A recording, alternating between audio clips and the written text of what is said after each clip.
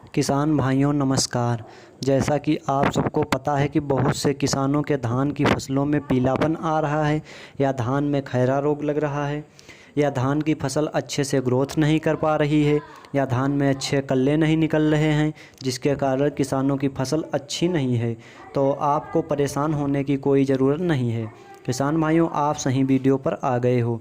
किसान भाइयों, आप लोगों को मैं इस वीडियो में खाद का एक ऐसा फार्मूला बताने जा रहा हूं जिसका प्रयोग यदि आप अपने धान की फसलों में करते हैं तो 100% आपके धान की फसल का पीलापन और खैरा रोग हमेशा के लिए ख़त्म हो जाएगा और धान अच्छे से ग्रोथ करना शुरू कर देंगे।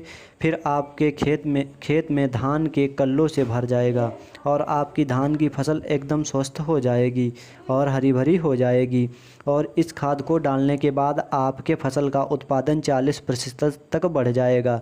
इसका प्रयोग करने के बाद मेरे धान के खेत की पैदावार 40% तक बढ़ गई थी। तो चलिए आपको खाद का फार्मूला बताते हैं, आप इसे नोट कर सकते हैं। तो आपको 1 एकड़ खेत के लिए लेना है। सबसे पहले आपको 35 किलोग्राम यूरिया, 10 किलोग्राम सागरिका और 5 किलोग्राम जिंक सल्फेट लेनी है।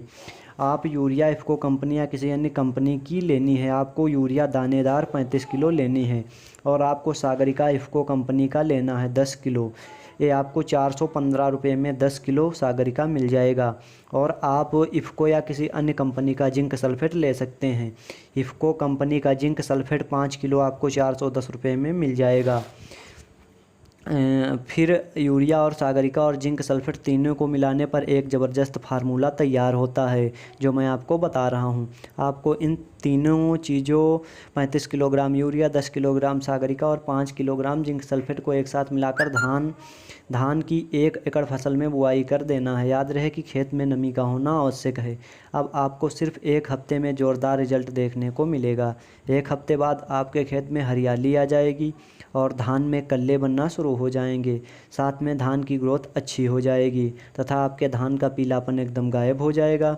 इस प्रकार आप इन खादों का प्रयोग करके अपने धान की फसल की समस्याओं को ठीक कर सकते हैं और पैदावार 40% तक बढ़ा सकते हैं। तो किसान भाइयों, ये थी हमारी आज की वीडियो। यदि आपको पसंद आई हुई तो वीडियो लाइक करिए और चैनल पर नए हो तो चैनल को सब्सक्राइब करिए।